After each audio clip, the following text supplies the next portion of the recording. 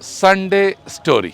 इंसान काम करता था और रोज वो 4 रोटियां बनाए और जब खाने लगे तो 3 रोटियां हो जाए। अगले दिन भी जब ऐसा हुआ तो उसने देखा कि 4 रोटियों में से 3 रोटी उसकी बचे और 1 रोटी चूहा लेके चला जाए।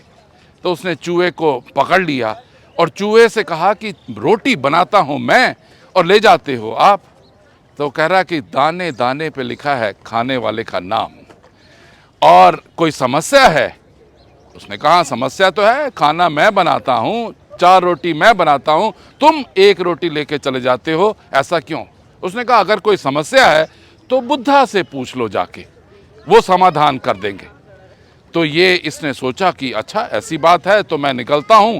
मालिक को बोला कि मैं कुछ दिनों के लिए बुद्धा से मिलने जा रहा हूं। और जब वो मिलने के लिए जाने लगा तो रास्ते में एक हवेली आई और हवेली में रात हो चुकी थी। तो माता मिली और उसको कहता है कि मैं तुम्हारी हवेली में रात बिता सकता हूं क्योंकि मुझे बुद्धा के पास जाना है। उसने कहा बुद्धा? बुद्धा के पास क्यों जाना है? कहता है मेरी एक समस्या है, उसका समाधान करने के लिए मैं बुद्धा के पास जाना चाहता हूं। तो उसने बोला अगर तुम जा ही रहे हो तो मेरी भी एक समस्या है, बुद्धा से मेरी समस्या के बारे में भी पूछ लेना। और क्या समस्या है? कि मेरी 20 साल की लड़की है, वो बोलती नहीं है। उसने कहा ठीक है, इसमें क्या है, मैं जाऊंगा तो मैं पूछ लूंगा उनसे। आगे गया तो बहुत बड़ा पहाड़ था, बर्फ का पहाड़ था और उस पे एक जादूगर बैठा हुआ था।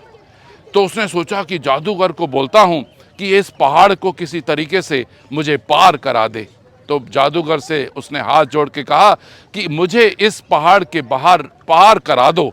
तो उसने कहा ये ले, मेरे हाथ में जादू की छड़ी है। और उसने जादू की छड़ी से उसको मदद करी और वो पहाड़ पार हो गया।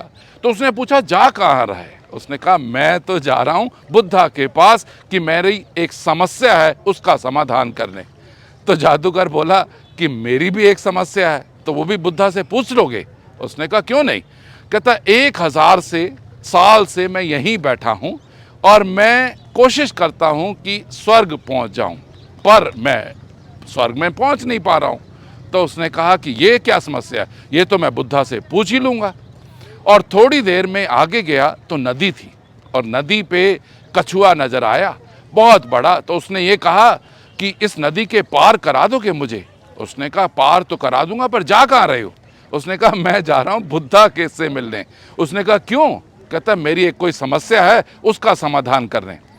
तो कछुआ बोला कि मेरी भी एक समस्या है, तो वो भी बुद्धा से पूछ लोगे? उसने कहा। कहता 500 साल से मैं यहीं इसी नदी पे बैठा हूं और कभी इधर कभी उधर होता हूं और मैं बनना चाहता था ड्रैगन, मगर मैं आज तक ड्रैगन नहीं बन पाया हूं। तो मैं आपसे गुजारिश करूंगा कि बुद्धा से मेरी समस्या का भी समाधान लेते आना। और इस तरीके से वो बुद्धा के पास पहुंचा। जब बुद्धा के पास पहुंचा तो पता लगा कि वहां पे अनाउंसमेंट हुई कि आप सिर्फ 3 क्वेश्चन पूछ सकते हैं। तो उसने कहा कि मेरी तो 4 क्वेश्चन है।